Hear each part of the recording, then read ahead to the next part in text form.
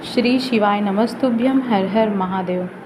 दोस्तों, हम सभी जानते हैं कि पितृपक्ष चल रहा है और पितृपक्ष में जब हम अपने पूर्वजों के लिए, अपने पितरों के लिए कोई भी उपाय करते हैं या उनके लिए दान पुण्य करते हैं या उनको प्रसन्न रखने की कोशिश करते हैं, तो हमारे परिवार में उनका आशीर्वाद बना रहता है और उनके आशीर्वाद के प्रभाव से हमारे परिवार में खुशहाली एवं सुख समृद्धि हमेशा बरकरार रहती है।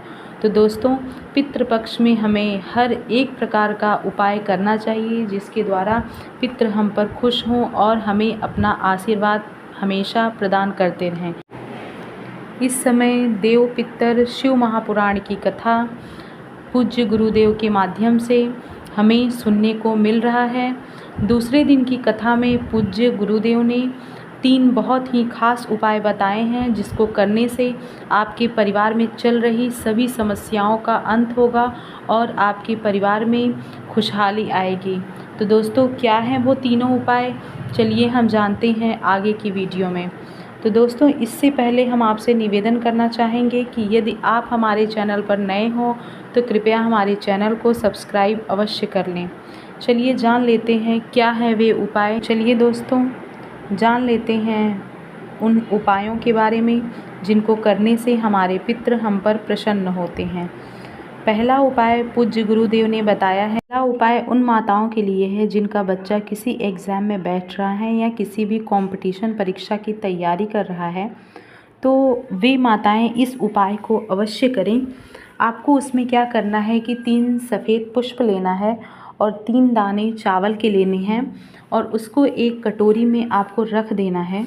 कटोरी में रखने के बाद आप क्या करेंगे कि अपने दरवाजे से बाहर ले जाकर थोड़ी देर वहाँ पर रख देंगे और जब आप उस कटोरी को अपने दरवाजे के बाहर रखेंगे जिसमें 3 सफ़ेद पुष्प और 3 दाने चावल हैं, उसको जब आप अपने गेट के बाहर रखेंगे तो आप पितरों की 3 बेटियां हैं, उनका नाम आपको स्मरण करना है, जिनका नाम इस प्रकार है, आप ध्यान से सुन लें। मैना, कला और धन्या।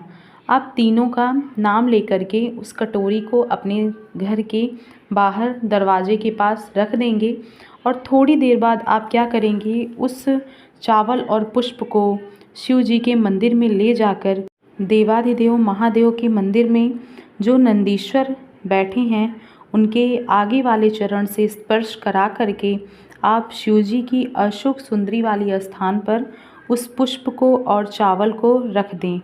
और रखने के बाद आप अपने पुत्र की जो भी परीक्षा में बैठना चाह रहा है या फिर वह किसी परीक्षा की तैयारी कर रहा है, उसका स्मरण करते हुए और पितरों की बेटी मैना, कला और धन्या, इन तीनों का नाम लेते हुए आप प्रार्थना करें। देवाधिदेव महादेव से प्रार्थना करें, अपने पितरों से प्रार्थना करें कि आपका बच्चा जिस एग्ज़ाम में बैठ रहा है उसमें उसका कल्याण करें।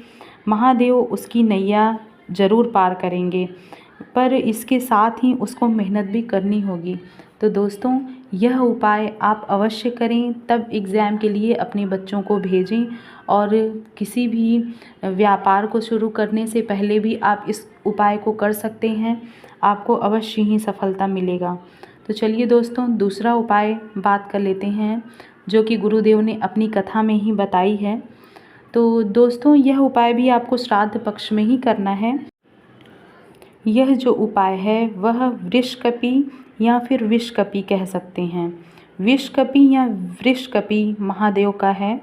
तो आपको क्या करना है कि आप अपने घर पर जो भी बना सकें, एक पूड़ी या एक रोटी या पराठा, आप यथासंभव जो भी आपसे बन पड़े आप बनाएं और उस पूड़ी या पराठे या रोटी के ऊपर थोड़ा सा खीर रखें और थोड़ा सा गुड़ रख कर आप गाय को खिलाएं। और जब भी आप गाय को यह पूड़ी या पराठा जिस पे खीर और गुड़ रखा हुआ है आप गाय को खिलाएं, तब आप वृषकपि महादेव का नाम स्मरण करके, उनका नाम बोल करके खिलाएं। आप विषकपि या वृषकपि दोनों में से किसी एक नाम को बोल सकते हैं, दोनों एक ही नाम है। यह नारायण और शिवजी के मिलन का अवतार है। तो आपको इस नाम को लेकर के गाय को रोटी या पूड़ी जो भी आपसे बन पड़े उस पर खीर और गुड़ रख कर खिलाना है और अपनी मनोकामना बोलना है उसी समय जिस समय आप गाय को रोटी दे रहे हैं, खिला रहे हैं। विश्वकपि महादेव का नाम लेकर के आप अपनी मनोकामना बोलेंगे दोस्तों। तो दोस्तों आप यकीन नहीं करेंगे, आपको 2 से 3 महीने के अंदर आपकी जो मनोकामना होगी, जिस मनोकामना का स्मरण आपने किया है गाय को रोटी खिलाते वक्त, वह मनोकामना आपकी अवश्य पूर्ण होगी। ऐसा पूज्य गुरुदेव अपनी कथा में बताते हैं। तो चलिए दोस्तों बात कर लेते हैं तीसरे उपाय की। यह उपाय भी आपको श्राद्ध पक्ष में ही करना है, जो कि गुरुदेव ने देव पितर शिव महापुराण में ही एक साथ ही तीनों उपाय को बताया है। तो इस उपाय को करने के लिए आपको क्या करना है कि आपको एक श्वेत पुष्प लेना है और श्वेत पुष्प आपको पितृपक्ष की शिवरात्रि को शिवजी के ऊपर समर्पित करना है। दोस्तों यह बात आप अभी से ध्यान रखें कि आपको शिवरात्रि के दिन, जो पितृपक्ष के दिन पड़ेगी, जब पितृपक्ष में जो भी शिवरात्रि आती है उस दिन आपको एक श्वेत पुष्प जरूर चढ़ाना है। जैसा कि हमने अधिक मास की अमावस्या को पीले पुष्प यानी कि कनेर के पुष्प को शिवजी को अर्पित किया था, ठीक उसी प्रकार जो पितृपक्ष की शिवरात्रि पड़ेगी उस दिन आपको एक श्वेत पुष्प शिव जी को ज़रूर अर्पित करना है, अपनी मन की बात बोलकर, अपनी मन की कामना बोल करके। तो दोस्तों अगर आप एक शिवरात्रि जो कि पितृपक्ष में करना है आपको, तो अगर आप पितृपक्ष की शिवरात्रि को देवाधिदेव महादेव को श्वेत पुष्प अर्पित करके अपनी मन की बात उनसे कहते हैं और उनसे प्रार्थना करते हैं, तो दोस्तों आप यकीन करिए अगले महीने की शिवरात्रि तक आपकी जो भी मनोकामना है वह अवश्य पूर्ण हुई आपको दिखेगी, आपको उसका लाभ अवश्य ही मिल जाएगा। दोस्तों यह उपाय जिनको नौकरी की समस्या है वे नौकरी के लिए कर सकते हैं, जिनके पास संपदा की कमी है वे संपदा के लिए यह उपाय कर सकते हैं, और जिनको कोई बड़ी बीमारी हो गई है वे भी इस उपाय को कर सकते हैं, या जिनके पुत्र या पुत्री का विवाह नहीं हो रहा है वे भी इस उपाय को अवश्य करें। तो दोस्तों ये था 3 उपाय जो कि पूज्य गुरुदेव ने दूसरे दिन की कथा में बताई है, देव पितर शिव महापुराण की कथा में, जो कि इस समय कोटा राजस्थान में हो रहा है। तो इन उपायों को हमने आपको समझाने का प्रयास किया। दोस्तों यदि हमारा उपाय आपको ज़रा भी उपयोगी लगा हो तो कृपया हमारे वीडियो को एक लाइक ज़रूर करिएगा, और अगर आप हमारे चैनल पर नए हों तो हमारे चैनल को सब्सक्राइब भी अवश्य कर लीजिएगा। हम जल्द ही आपके समक्ष फिर प्रस्तुत होंगे एक नया उपाय लेकर के।